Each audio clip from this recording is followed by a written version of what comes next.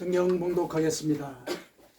요한계시록 3장 17절에서 21절까지입니다. 요한계시록 3장 17절에서 21절까지 같이 봉독하겠습니다.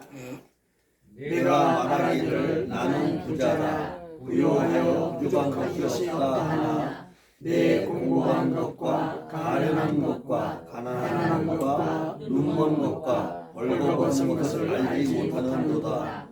내가 너를 권하노니 내게서 불로 연단한 금을 사서 부요하게 하고 흰옷을 사서 입어 벌거벗은 수치를 보이지 않게 하고 안약을 사서 눈에 발라 보게 하라.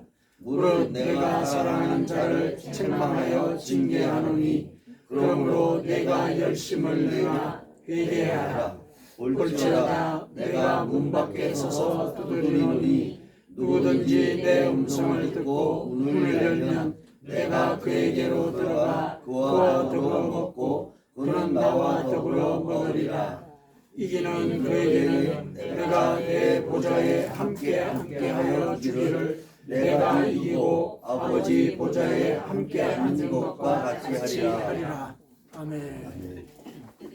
우리가 몇 주간에 걸쳐서 영혼의 눈을 뜨자 이런 큰 주제하에 말씀을 같이 나누고 있습니다. 우리가 영혼의 눈을 뜨지 못하게 만드는 그런 상황 속에서 살아가고 있는데, 사실상 그 상황이 어떤 것인지를 우리가 매주 구체적으로 지금 살피고 있는 것이거든요. 오늘은 이 본문을 중심으로 해서 우리가 안고 사는 그 상처가 우리 영혼의 눈을 가리고 있다는 것. 그래서 상처를 직시하는 이런 문제, 이것이 사실상 회개의 제일 큰 부분을 차지한다는 것. 이런 취지로 오늘 본문의 말씀을 같이 살펴봤으면 좋겠습니다. 자, 오늘 본문을 보면은 이 본문은 예수님께서 사도 요한을 통해 가지고 소아시아에 있던 그 라오디게아 교회 거기에다가 일러주신 말씀이죠. 그 라오디게아 교회는 네가 차지도 아니하고 덥지도 아니하다, 이런 예를 들면은 책망을 받은 그런 교회죠. 내 믿음이 차지도 않고 덥지도 않다. 물론 이제 그렇게 말씀하신 것은 영적인 상태를 두고 하는 얘기지만은 지리적으로도 라오디게아라는 그 지역 자체가 조금 미지근한 물이 흐르는 그런 지역이기는 했었어요. 그 소아시아 그 지역에 온천이 아주 좋은 데가 있다고 그래요. 거기서 나오는 그 온천 물이 흘러서 이제 라오디게아까지 흘러오는데 한 10km 정도 떨어져 있다고 그러네요. 그 온천이 나오는 지역하고. 그러니까 10km 정도 떨어진 곳에 오는 중에 식겠죠. 식는 거죠. 그리고 또 다른 그 옆 지역에는 골로세라고 하는 데 있는 굉장히 찬물이 나오는 지역이라고 그래요. 그런 물들이 같이 흘러서 이 도시로 오면서 섞이겠죠. 물이 미지근해질 수밖에 없는 거예요. 물이 미지근한 거는 왜 문제가 되느냐면은 온천수 자체는 그 속에 그 치료 효과가 있는 그런 그 성분들이 많이 있지 않습니까? 그게 효력을 잃게 된다는 거예요. 그 온천수가 미지근해지면. 그 점을 우리는 영적으로 읽어내야 되겠죠. 그러니까 이제 그것에 비교해서 라오디게아 교회 교인들이 영을 살리는 그런 핵심적인 어떤 그 힘이나 핵심적인 요소, 그게 지금 힘을 잃고 있다는 거죠. 그게 능력을 발휘하지 못하고 있다. 그 점을 지적을 하시는 거죠. 이게 그들의 그 지역에서 지역 특정 자체가 상징하는 그런 모습이기도 하고, 그들의 신앙의 상태가 그러하다는 것이죠. 그 원인을 예수님께서 일러 주시는 거예요. 왜 이들의 신앙이 차지도 않고 덥지도 않을까? 왜 이렇게 영의 어떤 힘을 폭발적으로 발휘를 하지 못할까? 그 원인을 이제 일러주고 계신데, 그 원인을 이제 17절부터 우리가 살펴볼 수가 있습니다. 17절 보시죠. 내가 말하기를 나는 부자라 부유하여 부족한 것이 없다 하나, 이렇게 제언합니다. 실제로 현실적으로도 이 사람들은 부유했었어요. 교통의 요지인데다가 물류가 풍부하고 또 염색 산업이라든지 특히 여기에는 안약이 아주 유명한 안약이 났다고 그래요. 라오디게아 교회는. 그래서 아주 뭐 날개 돌천지 팔리고 그러니까 사람들이 좀 부유하게 살았어요. 부유하게 살았습니다. 부유한 거죠. 그런데 이게 그 사람들의 신앙 상태와도 연결이 되는 거거든요. 자기들은 좋은 신앙을 갖고 있다고 믿는 거예요. 좋은 신앙을 갖고 있다. 내가 부자다. 이 얘기는 물리적으로 부자이기도 하지만은 신앙적으로도 내가 잘하고 있다. 이런 생각을 갖고 산다는 거예요. 내가 잘하고 있다. 내가 영적으로 부자다. 이렇게 이제 생각하고 산다는 것이죠. 왜냐면은 예를 들어서 물리적으로 여유가 있으니까 남을 돕는 데서도 그렇게 인색하게 굴지 않을 거 아닙니까? 그러니까 사도들이 가르치는 그 말씀, 하나님의 그 말씀을 잘 실천한다고 스스로 확인하는 그런 삶을 살고 있는 거죠. 나는 부자다. 그렇게 생각하고 있다는 거죠. 그랬는데 내 공고한 것과 가련한 것과 가난한 것과 눈먼 것과 벌거벗은 것을 알지 못하고 있다. 이렇게 얘기를 하시는 거죠. 이게 사실상의 영적인 상태가 이러하다는 거죠. 너희들의 그 영적인 상태가 곤고하다. 시달리고 있다는 거예요. 그죠? 곤고하다는 게 그 삶의 모든 그 여건이나 세파나 이런 것들에 의해서 시달리고 있다는 거죠. 너희 영이 지금 시달리고 있다. 그리고 가련하다.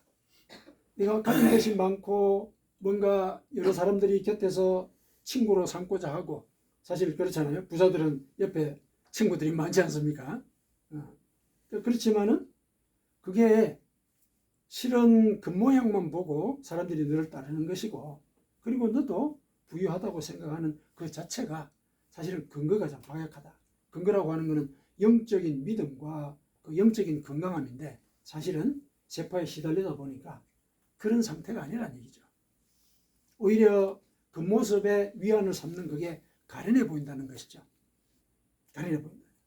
그리고 가난한 것, 물질적으로 부자인 것, 그 이면에 영적인 결핍들이 내 마음속에 존재하고 있구나. 이 지적을 하시는 거죠. 그리고 눈이 멀었다. 영의 눈이 멀었다는 거죠. 안약이 있으니까 육신의 눈은 밝겠죠. 아무래도 그죠? 아무래도 밝을 거란 말이죠. 그런데 그 육신적인 조건과는 정반대로 영의 눈이 열었다. 구원의 진리를 모른다는 얘기잖아요. 구원의 진리를 모르고 있다. 그리고 벌거벗었다. 부자니까 얼마나 잘 입고 다니겠어요. 그죠? 그 외양은 그러하지만은 영혼이 벌거벗었다. 이렇게 이제 지적을 하는 것이죠. 그러니까 이 말은 자랑을 하는데, 그렇죠? 나는 부자다. 부유해서 부족한 것이 없다. 자랑하는 거잖아요. 자랑을 하면서 이렇게 사는데, 내면을 보니까 이런 결핍이 도사리고 있더라. 그렇죠? 그런데 그 결핍을 지적을 하는데, 이 결핍이 여러 가지죠. 결핍의 양상이. 부자라고 자랑하는 것, 그 외양에 대한 묘사는 사실 한 가지인데, 그 이면에 존재하는 그 영적인 결핍의 양상이 공고하다, 가련하다, 가난하다, 눈멀다, 벌거벗었다. 이렇게 얘기합니다. 이거는 뭔가 의도가 있지 않겠습니까? 상황이 예를 들어서 영적인 결핍이 있다라고 얘기한 그 자체가 그냥 너는 영적으로 결핍한 그 상태에서 막 자랑을 하고 있구나. 이렇게 단순하게 1대1로 이렇게 얘기를 할 수가 있는데 그 이면에 보니까 예를 들어서 자랑한 것과는 정반대의 사항들이 5가지나 있다는 얘기예요. 5가지. 그러니까 이런 상태에 주목을 할 필요가 있는 거죠. 왜 주목을 해야 되느냐면은 지금 마음의 상태가 밖에서 자랑하는 것과는 달리 심각하다는 얘기죠. 심각하다는 얘기죠. 5가지의 이런 예를 들면 결핍이 중첩되어 있는 그런 상태라는 얘기죠. 그러면은 이 5가지의 상태는 뭐라고 얘기할 수 있냐면 사실상 그 사람의 마음속에 있는 상처인 거죠. 상처인 거, 영적인 상처인 거죠. 영적인 상처. 자기도 의식하지 못하잖아요. 눈이 먼 상태니까. 영적인 눈이 먼 상태니까.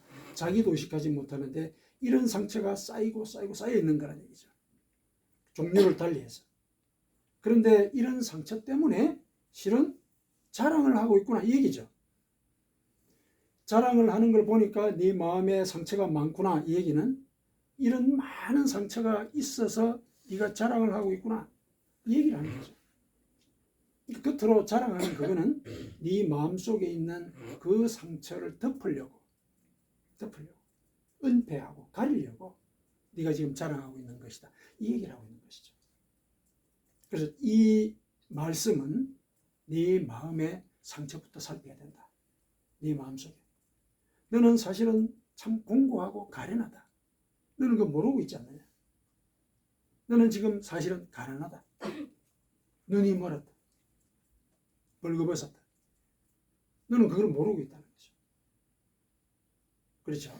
그것을 알지 못하는도다라고 분명히 얘기를 하셨죠. 그걸 모르고 있다는 거죠. 내 마음속의 이 상처.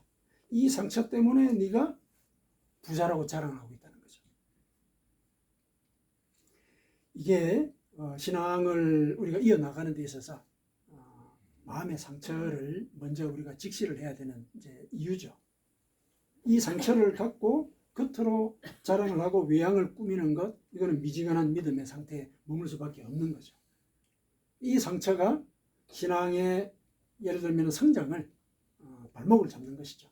발목을 잡는다는 거예요. 그래서 이거를 알아야 된다. 내 속에 뭐가 있는지 이걸 이제 예수님께서 일러주시는 것이죠. 실은 마음에 이렇게 상처가 많다는 것, 자기가 영적으로 깨달았다면 거기서 벗어나려고 노력을 해야겠죠. 근데 알지 못하는도다 얘기를 하긴 했어요. 하지만은 사실은 사람이 영혼을 가진 존재이지 않습니까? 그 상처의 성질이나 모습은 모른다 하더라도, 구체적으로 몰라서 그대로 내버려둔다 하더라도 내가 괴롭다 이런 거는 있잖아요. 그죠? 마음으로 내가 괴롭다는 거. 이건 사람들은 다 영혼을 가진 존재이기 때문에 자기 자신의 상태에 대해서 염려한단 말이죠. 그런 염려가 어렴풋한 것. 사실 그런 인식조차도 미지근한 상태에 있는 것이죠. 자기에 대한 인식조차도. 그런 미지근한 상태. 그러나 뭔가가 내가 참 불안하다. 염려스럽다. 눈을 떠서 밖에 나가면 친구들하고 막 즐겁게 또 내 돈을 쓰면서 또 돕기도 하고 이렇게 의미 있게 사는 것 같은데 사실은 그게 내 마음속의 이 불안함과 염려 이런 것들의 한 반작용으로 나오는 것일 수도 있겠다.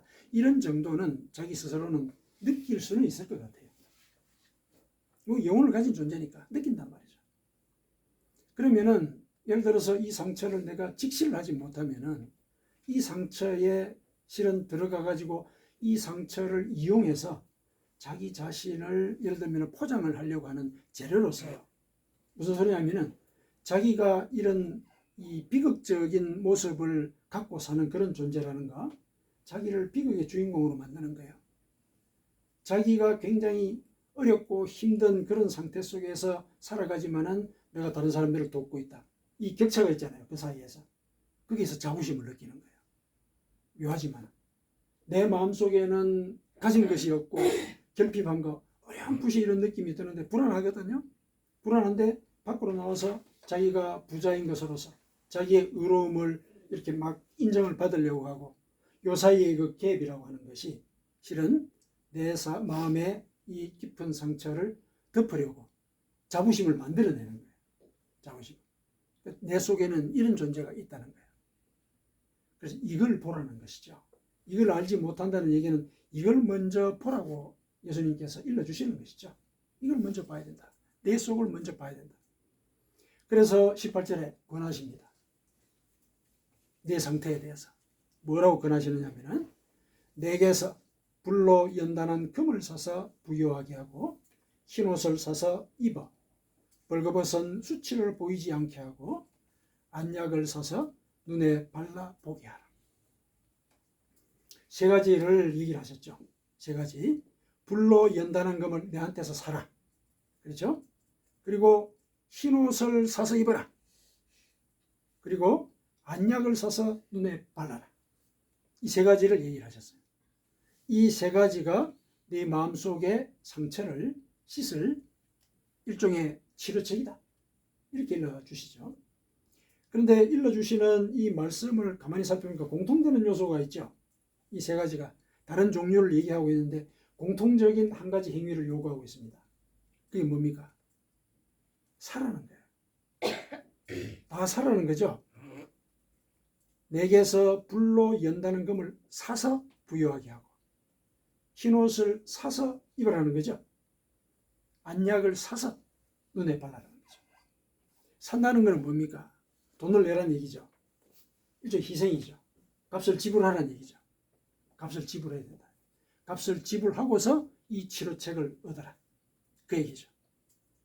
그러나 예수님께서 요구하시는 그 값이 돈이겠습니까? 돈이 뭐가 필요하십니까? 그죠? 그럼 뭘 요구하시는 겁니까? 무슨 희생을 요구하시는 것이죠? 내 속의 상처를 치유한다고 예를 들어서 다른 사람을 돕는 그게 내 속의 상처를 치유하는 그런 방책이 되겠습니까? 그건 아니죠. 내 상처를 치유하려면 내 상처 자체에 직접적으로 작용하는 그런 치료책을 찾아야 되는 것이죠. 그럼 뭐냐? 뭘 사라는 얘기예요? 뭘 희생하라는 얘기예요? 뭘 희생하라는 얘기예요? 희생을 예수님께서 요구하시는 그 희생이라는 것은 회개입니다. 회개. 내 자신의 자부심을 내려놓으라는 얘기예요. 나를 꾸미는 그런 자세. 내 속에 아픔이 있는 걸 어렴풋이 알면서도 그걸 가리기 위해서. 왜냐면 나는 자부심 있는 존재거든요. 밖에서 인정받는 존재니까.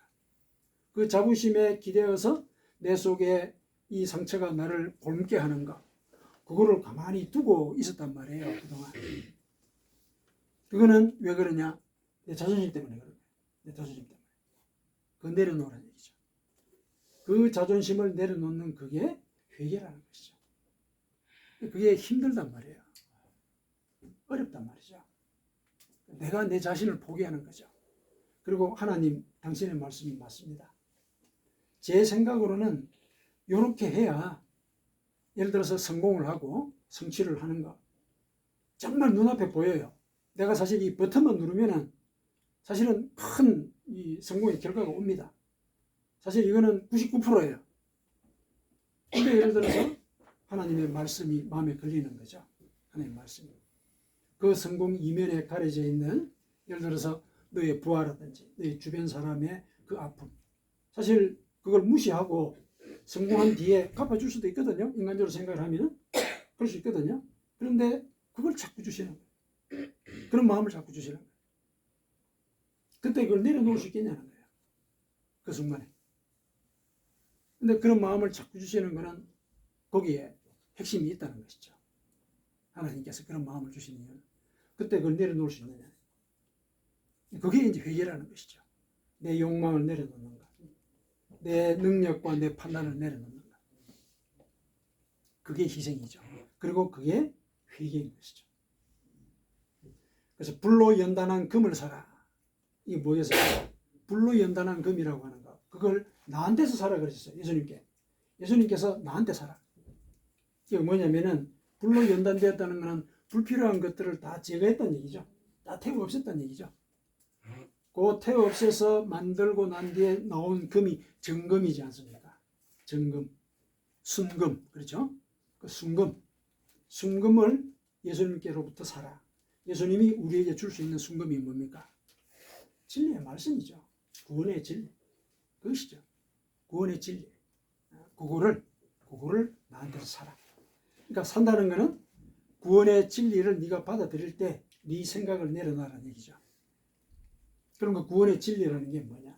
구원의 진리라는 게 뭐냐? 여기서 상처와 관련해서 그 구원의 진리를 적용하자면은 네가 이 땅에 버려진 자가 아니라는 거예요. 버려진 자가 아니다. 이 땅에 던져진 자가 아니다. 너는 이 땅에서 나의 뜻을 이루고자 큰 사실상의 사명을 갖고 가치롭게 살아가도록 사실상의 권리를 부여받아 하나님의 자녀이다 이런 얘기죠. 그게 구원의 진리인 것이죠. 그걸 깨달으라는 얘기예요. 그 생각을 갖고 있으라는 얘기예요. 그 생각, 그러니까 내가 하나님의 자녀라는 그 생각을 내가 가지고 있을 때 내 속에 공고한 것, 가련한 것, 가난한 것, 눈먼 것, 벌거벗은 것, 이걸 치료할 수 있다는 것이죠. 하나님이 내 어버이이신 거죠. 아버지이자 어머니이세요. 그러면 내가 그분의 자녀예요. 그분의 자녀. 그러면은 그분이 나를 공고한 곳에 내버려 두시겠습니까? 아닌 거죠. 나를 가련한 처지에 그냥 내버려 두시겠냐는 거예요. 가난하게 내버려 두시겠냐는 거예요. 아닌 거죠. 우리에게 예를 들면은 갈 길이 필요하다 그러면은 그 갈 길을 일러주지 않겠냐는 거예요. 눈이 먼 상태에서 눈을 뜨도록 가르쳐 준다는 얘기예요. 그렇죠? 벌거벗은 상태로 내버려 두시겠냐는 거예요. 뭐냐? 내가 하나님의 자녀라는 사람. 이거 생각을 바꾸라는 얘기입니다. 나는 하나님의 자녀다. 나는 하나님의 자녀다. 이게 우리가 예수님으로부터 사야 되는 점검이에요. 사야 되는 점검. 내가 하나님의 자녀다. 생각을 바꿔야 됩니다. 내가 하나님의 자녀다. 그 다음에 흰 옷을 사서 입어 벌거벗은 수치를 보이지 않게 해라. 흰 옷을 사라. 공교롭게도 라오디게아 사람들은 검은 옷을 주로 많이 입었다 그래요. 검은 옷을. 그 지리적인 상황과도 많이 이렇게 연관이 되죠. 그러나 영적으로 보면은 그 검은 옷이라는 게 뭡니까? 죄를 상징하고 또 마음속에 침울함, 그렇죠? 우울함, 상처에 덮여서 영혼이 암흑 가운데 있는 그런 상태. 그게 검은 옷이죠. 그게 검은 옷이죠. 근데 그 검은 옷을 벗고 흰 옷을 입으라는 얘기예요. 흰 옷을 입으라는 얘기는 뭐냐? 표시를 내라는 얘기예요. 무슨 표시? 내가 하나님의 자녀라는 표시를 내라는 얘기예요. 내가 하나님의 자녀라는 거예요. 앞서 금을 사지 않았습니까? 내가 하나님의 자녀라는 사실을 내가 받아들였어요. 난 하나님의 자녀입니다. 비록 어렵고 힘들지만은 죄를 짓기도 하고 실수도 하기도 하지만은 하나님께서 내 어버이시니까 나를 바꿔주시고 가르쳐주시고 새롭게 해주신다는 것 받아들인단 말이죠. 그러면은 하나님의 자녀로서 살으라는 얘기예요. 흰 옷을 입으라는 얘기예요. 하나님의 자녀로서. 그러니까 예를 들어서 하나님이 일러주시는 그 말씀대로 살려는 노력을 하라는 얘기죠. 살려는 노력을 하라는 얘기예요. 그게 흰 옷을 입은 것이죠. 그런 노력 자체가 행동으로 드러나게 되고 행동이 실은 믿음의 증거이지 않습니까? 믿음의 증거이거든요. 그게 흰 옷이에요. 내가 하나님의 자녀로서 살아가는 거. 그러니까 이 이후로는 내 마음속에 공고한 것이 없는 거예요. 왜냐하면 비록 현실적으로 내가 시달리고는 있지만 하나님이 해결해 주실 것이다. 왜냐? 나는 그분의 자녀입니다. 그래서 그분이 가르치시는 그 말씀을 따라갈 것이다. 이런 생각으로 내가 행동을 바꿔 나갈 때 그게 흰 옷이죠. 그게 검은 옷을 바꿔 입은 표시라는 얘기죠. 흰 옷을 입으라는 건 그런 뜻입니다. 그리고 안약을 사서 눈에 발라라. 안약을 사라는 얘기죠. 영적인 안약인 거죠. 그렇죠? 신앙의 눈을 뜨는 건 영적인 안약이겠죠. 이 안약은 뭐냐? 이 안약은 성령입니다. 영혼의 눈을 뜨게 하는 성령이시죠.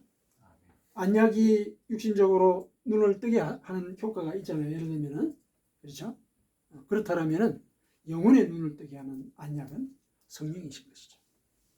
왜냐하면은 이사야서에서도 눈을 얘기하고 예수님께서도 얘기하셨죠. 너희들의 스승은 내가 숨기지 않겠다. 그 스승이 내 귀 뒤에서 이 길로 가라. 이렇게 일러줄 것이다. 우리가 앞길을 하나도 알 수가 없는데 내가 갈 길을 알고 있는 거예요. 왜냐하면 성령이 뒤에서 일러주시니까. 그게 영혼의 눈을 뜬 상태잖아요. 그렇죠? 성령을 구하라는 얘기죠. 그래서 성령을 구했을 때 성령이 오시면은 그분이 모든 것들을 가르치고 영혼의 눈이 뜨는 거예요. 모든 걸 가르쳐 주시니까. 그리고 예수님께서 말씀하신 그 진리의 구원의 진리를 깨닫게 하신다 그죠? 생각나게 하신단 말이에요. 그 상태가 영혼의 눈이 뜬 상태라는 얘기죠. 성령을 간구하라는 얘기죠. 성령을 간구해라. 이 세 가지 요소가 내 속에 그 상처 범벅인 상태, 중첩된 그런 상처, 이거를 치료하는 길이라는 거예요. 여기서 벗어났을 때 내 신앙이 뜨겁게 된다는 얘기죠. 아멘. 그 얘기를 일러주고 있는 것입니다. 그래서 이렇게 세 가지를 사서 조처를 하라 일러주신 그 뜻이 뭐냐 하고 19절에 이제 다시 확인을 하시죠. 무릇 내가 사랑하는 자를 책망하여 징계하노니. 앞에 책망하셨죠. 네가 차지도 않고 덮지도 않다. 그럼 내가 뱉어버릴 것이다. 얘기를 하셨죠. 뱉어버릴 것이다. 징계를 하신 거예요. 그러므로 네가 열심을 내라. 그렇죠? 열심을 내라. 회개하라. 이렇게 됩니다. 그래서 열심을 내라, 회개하라 이렇게 말씀을 하신 그 밑바닥에는 무슨 생각이 깔려 있느냐? 내가 사랑하는 자를 징계한다 그랬잖아요. 내가 사랑하는 자. 하나님이 사랑하는 자, 그가 하나님의 자녀죠. 그러니까 라오디게아 교인들에게 너는 내 자녀다. 네가 그걸 모르고 있었다는 거예요. 네가 그걸 모르고 있었다. 그래서 세파에 시달려서 너희 능력대로 살고 신앙도 너희의 뜻과 지혜로 판단을 해서 그렇게 행동하였다. 그거는 네 마음속에 죄와 상처를 치료 못한다. 치료 못한다. 그걸 치료하기 위해서는 이 세 가지를 해라. 왜 내가 이걸 일러주느냐? 네가 나의 사랑하는 자이기 때문에 그렇다. 나의 사랑하는 자이기 때문에. 그래서 열심을 내라. 회개하라. 회개하는데 열심을 내라는 얘기예요. 회개하는데 열심을 내라. 자, 그러면 회개한다라고 얘기했을 때 우리는 또 마음이 좀 무거워지죠. 회개라고 하는 거는 죄책감의 문제잖아요. 그죠? 죄책감이 있어야 우리가 회개를 하거든요. 죄책감이 없는데 어떻게 회개를 해요? 내가 잘못했다는 인식이 있어야 회개를 하는 것이죠. 그런데 우리가 회개를 한다 그러면 늘 우리가 일상 속에서 잘못했던 것들 이런 걸 갖다 생각을 해내고 그 생각을 하다 보면은 내가 참 벌레 같구나. 내가 참 잘 안 되네. 그래서 자기 스스로를 예를 들어서 그 절망적으로 바라보는 이런 인식을 심어줄 수가 있거든요. 근데 하나님이 그러라고 네가 내 자녀다라고 얘기하셨을까요? 그건 아니죠. 그건 아닙니다. 회개의 자세도 일러주셨어요. 어떻게 회개할 것이냐. 자, 보십시다. 20절 볼지어다 내가 문 밖에 서서 두드리노니 누구든지 내 음성을 듣고 문을 열면 내가 그에게로 들어가 그와 더불어 먹고 그는 나와 더불어 먹으리라. 내가 문 밖에 서서 두드리노니 이게 죄책감입니다. 죄책감. 내가 잘못했다는 생각을 하는 것은 뭔가 나보다도 더 예를 들면은 초월적인 존재가 나한테 일러줬기 때문에 내가 그런 생각을 갖는 거 아니에요. 예를 들면은 뭐 이렇게 심리학적으로 보면 슈퍼 에고가 있죠. 우리가 에고고 그죠? 에고의 상태에서 밑에 이 본능의 영향을 받아가지고 그 자아가 살아가는 것이 우리의 현실인데 이 자아가 현실을 살아갈 때 방향을 지시하는 게 슈퍼 에고라 그러거든요. 뭐 양심이라든지 도덕이라는 이런 게 있죠. 요거를 이제 신앙적으로 얘기하면 하나님이시죠. 성령이시죠. 성령이 마음의 문을 두드리는 거예요. 마음의 문을 두드리는 이유가 여러 가지일 건데 오늘 본문의 맥락은 회개와 관련되어 있죠. 왜냐하면 회개하라고 얘기하셨잖아요. 그리고 이어서 이런 말씀하시는 것은 회개할 이 과정과 이 전개 상황을 지금 일러주고 계시는 거예요. 마음을 두드리는 것. 하나님이 죄책감을 들게 한다는 얘기예요. 잘못했다. 그래서 그 죄책감을 인정하라는 거예요. 그게 문을 여는 거죠. 마음의 문을 여는 거예요. 잘못했습니다. 하나님의 말씀이 기억이 납니다. 제가 눈이 멀어가지고 제 눈앞에 이게 눈이 멀어가지고 하나님의 말씀을 잊었습니다. 인정하는 거죠. 그래서 회개하면 내가 그에게로 들어가 그와 더불어 먹고 그는 나와 더불어 먹으리라. 회개한 이후에 너는 나의 자녀라는 사실을 확인하게 될 것이다. 왜냐하면 어버이가 자녀와 함께 더불어 먹고 마시고 그러지 않습니까? 그 얘기예요. 회개를 할 때 실은 죄책감은 회개의 출발이에요. 그게 매일절 말하는 얘기죠. 회개의 출발입니다. 그럼 회개할 때는 어떻게 해야 되느냐? 하나님이 내 마음속에 들어오셔서 나와 더불어 먹고 마시고 함께 계신 것 그거를 지향하면서 회개하라는 얘기죠. 그걸 오히려 소망하라는 얘기예요. 그걸 소망해요. 죄책감이 사로잡히지 말고. 죄책감이 드는 건 맞습니다. 문을 열어야 되니까. 회개를 시작해야 되니까. 근데 거기에 사로잡히지 말아야 돼요. 받아들이고 그분이 하시는 그 말씀대로 살겠습니다. 그게 그분과 함께 잔치를 벌이는 거잖아요. 그분의 말씀대로 살아가는 것. 그게 회개가 지향해야 될 바인 거죠. 그게 회개가 지향해야 될 바예요. 그래서 그 상황 속에서 구원의 진리를 금처럼 예수님부터 사서 내가 하나님의 자녀구나 다시 확인하고 그렇죠? 다시 확인하고 그리고 자녀로서 살려고 더욱더 그 흰옷이 더 희지도록 노력을 하고, 그리고 성령의 역사를 더욱더 강구하고. 왜냐하면 우리가 우리를 고치기 어렵거든요. 우리가 우리를 고치기 어려워요.